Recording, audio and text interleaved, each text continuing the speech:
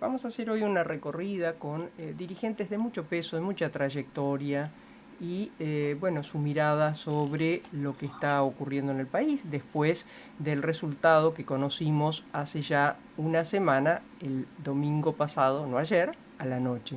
Ese apabullante triunfo de Milei. Está en línea para conversar con nosotros un hombre clave del radicalismo, Federico Storani. Federico, ¿cómo estás? Buen día, gracias por atendernos. ¿Qué tal? Buenos días, un gusto para mí. Gracias. Bueno, conclusiones a hoy. Bueno, las conclusiones, empecemos por un lugar común. Ojalá que todo vaya bien, pero Ujú. si razono conforme a mis convicciones y a mis ideas, creo que esto que va a comenzar, por de pronto no tiene nada de nuevo, Ujú. sino que es una vuelta de tuerca de algunas experiencias que ya fracasaron de manera trágica en la Argentina, diría. Todos ahora aluden a la comparación con el gobierno de Menem, de Carlos Menem, Ujú. y efectivamente yo creo que es una vuelta de tuerca sobre lo que fue el menemismo. Es un menemismo remozado, como algunas veces hemos dicho. Mm. Con la diferencia de que Menem llegó con una propuesta que era salariazo, revolución productiva, cultura del trabajo, luego hizo todo lo contrario, como recordamos. Ujú. Y a Milei lo votaron realmente por las cosas que dijo que iba a hacer y ahora dice que no va a poder hacer tanto. Es decir, comienza también a ponerse blanco sobre negro lo que fue un discurso que llegó y que tuvo mucha adhesión en contra de lo que él llama la casta, pero concluye en un contubernio porque hay un titiritero por detrás de la escena o en la escena claramente, como es Mauricio Macri, que suena mucho más a contubernio, es decir, a acuerdos con fines censurables, conforme a la definición de contubernio, cuyos niveles de contraprestaciones a los cuales se llegó en su momento los vamos conociendo en estos días. Y ya vivimos la experiencia de Macri y ya vivimos también la experiencia de Menem. Por lo tanto, yo creo que lamentablemente la Argentina va a repetir algunas recetas que no son nuevas y que van a traer mucho sufrimiento al pueblo argentino. Y cuando vos decís hay un titiritero Macri y hay un contubernio, la palabra contubernio uno asocia a situaciones espurias, a no claras, a no buenas. ¿Por qué? Porque públicamente se dijo que había sido un apoyo incondicional, ya había sido muy sospechoso, indigno, diría yo, que la misma, no habían transcurrido 24 horas y la que había sido candidata a presidente de Juntos por el Cambio fuera a abrazarse, digamos, a entregarse en buena medida, podría decirse, después que había recibido todo tipo de insultos y se habían cruzado insultos de descalificación violenta de todo tipo. Eso ya habla de una cierta indignidad. Pero se decía que había sido un planteo incondicional y cuando comienza a vislumbrarse, a concretarse el futuro gabinete, ya vemos que no es así, que existieron contraprestaciones que se sellaron y por eso lo de contubernio. Contubernio, insisto, es un pacto o acuerdo con fines censurables y esto queda bastante evidente.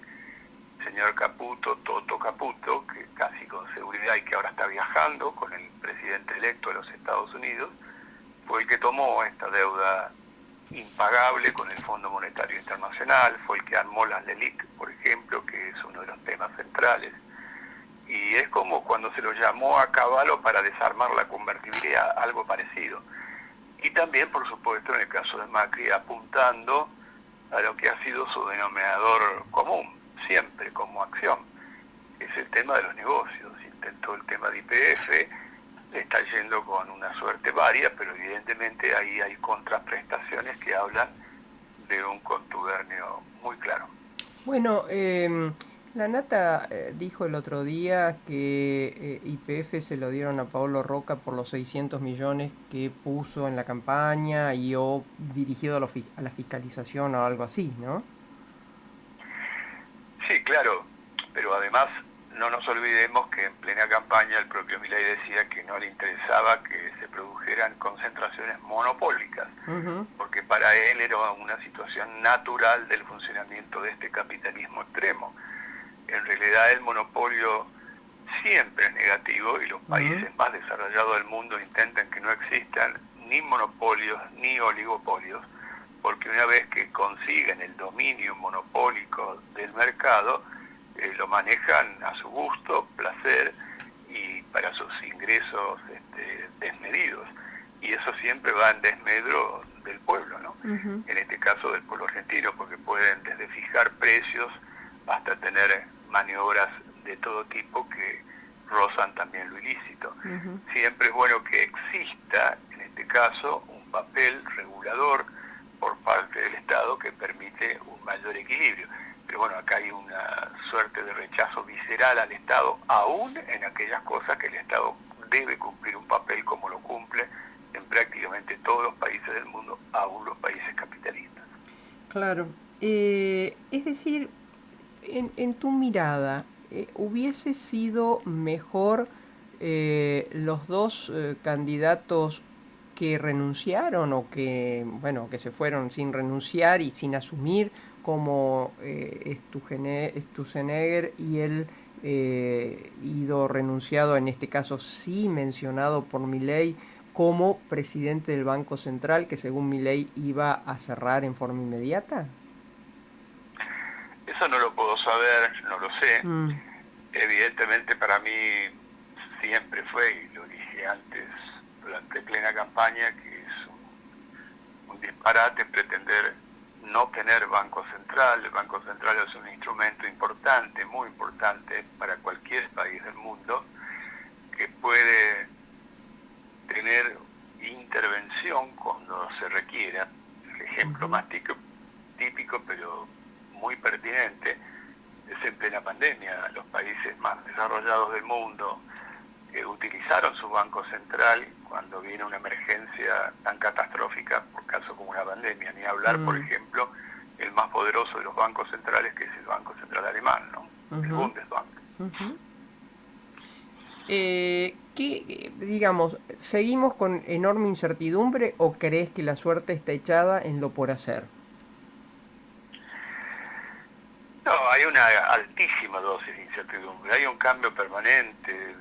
Por ejemplo, también ha habido un cambio sustancial en un área importantísima como es el tema de seguridad. Se va, se viene, Mm, no hay una definición clara.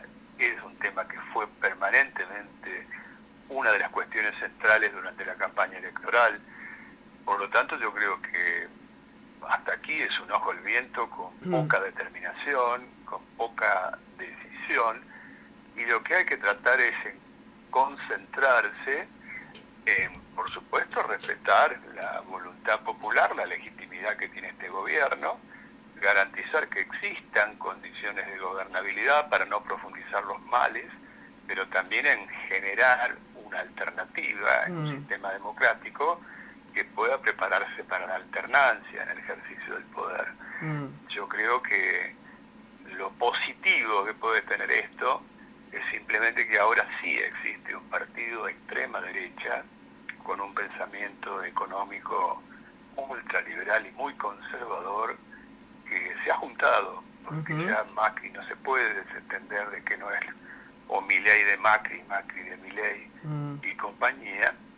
Y ahora el desafío es que aquellos que provenimos de un pensamiento socialdemócrata o los que provienen de un pensamiento social cristiano tengamos el tiempo de la construcción de una ujú. alternativa para que vuelva a existir dos grandes bloques que se equilibren y se alternan en el poder, porque tenemos diferencias sustanciales. ¿Crees que los dos históricos grandes partidos y un tercer partido que no en su magnitud es tan grande, pero que también tiene mucha historia en Argentina, estoy hablando del radicalismo, del peronismo, del socialismo, podrán encontrar acuerdos comunes, bases comunes como para forjar este nuevo escenario o para avanzar sobre este nuevo escenario?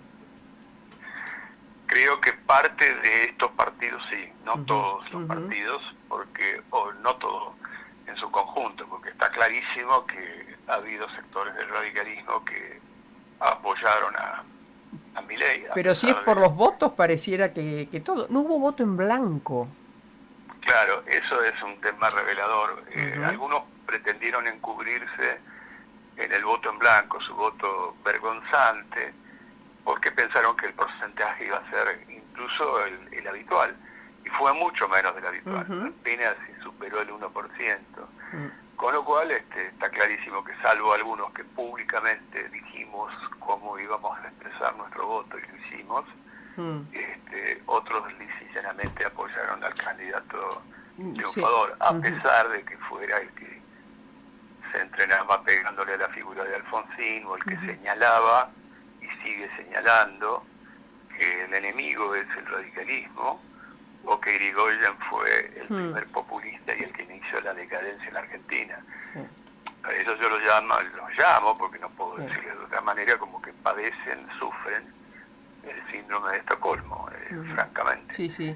Y bueno, con ellos no se puede construir, es evidente, tampoco con un peronismo que salió rápidamente en auxilio del vencedor, como hemos visto, ¿no es cierto? Así es. Los Randazzo de la vida y todos ellos que están en auxilio del vencedor. Y del mismo modo que otros partidos tendrán que reorganizarse, ¿sí? Tiene que haber una renovación, una reorganización y una mayor coherencia desde el punto de vista ideológico, esto es valores, creencias, ideas mucho más coherentes. La última pregunta, Federico Storani. Vos conocés y muy bien el tema legislativo. ¿Cómo creés, logrará construir mayorías Milei para aprobar sus proyectos, o hay aún un sector en que podría poner razonabilidad donde no lo hubiere? No, yo creo que ahí va a encontrarse con un tema, porque va a necesitar, por la fragmentación que se ha producido, también ha producido una fragmentación muy clara a nivel de los legisladores, que negociar tema por tema. Eso es parte de la política. Habrá temas que podrán ser acompañados y temas claramente que no. Pero bueno, quienes estén allí tendrán un trabajo muy grande para lograr mayorías y en algunos otros casos para ver alternativas o morigerar buena parte de lo que se propuso como programa. Federico, muchísimas gracias. Un abrazo grande. Gracias y a disposición para cualquier otro momento. Muchas gracias. Gracias. Bueno, Federico Storani, un hombre clave del alfonsinismo, del radicalismo, por supuesto, que nos comparte esta mirada y lo que viene. Es deseable, como todo bien nacido, que al presidente Milei le vaya bien, pero absolutamente deseable. Yo no puedo menos que adherir enfáticamente a eso. Pero bueno, hay que ver. En definitiva, me quedo con esto. Hay un Milei en construcción que todavía no conocemos. Conocimos el Milei que llegó a diputados, conocimos el Milei hasta las PASO, con el Serrucho, con el León, en gran movimiento. Perdón. Conocimos un Milei de alguna manera hasta las primarias, de una forma. Después, camino al balotaje, conocimos otro Milei. Y la noche del domingo pasado, del domingo 19, conocimos otro Milei que viene hasta acá, con esa, sin furcios, sin nervios, sin gritos, bueno, y habrá que ver ante el primer traspié, porque los va a tener, y más si avanza sobre las políticas que dice va a avanzar, bueno, ¿con qué Milei nos encontramos?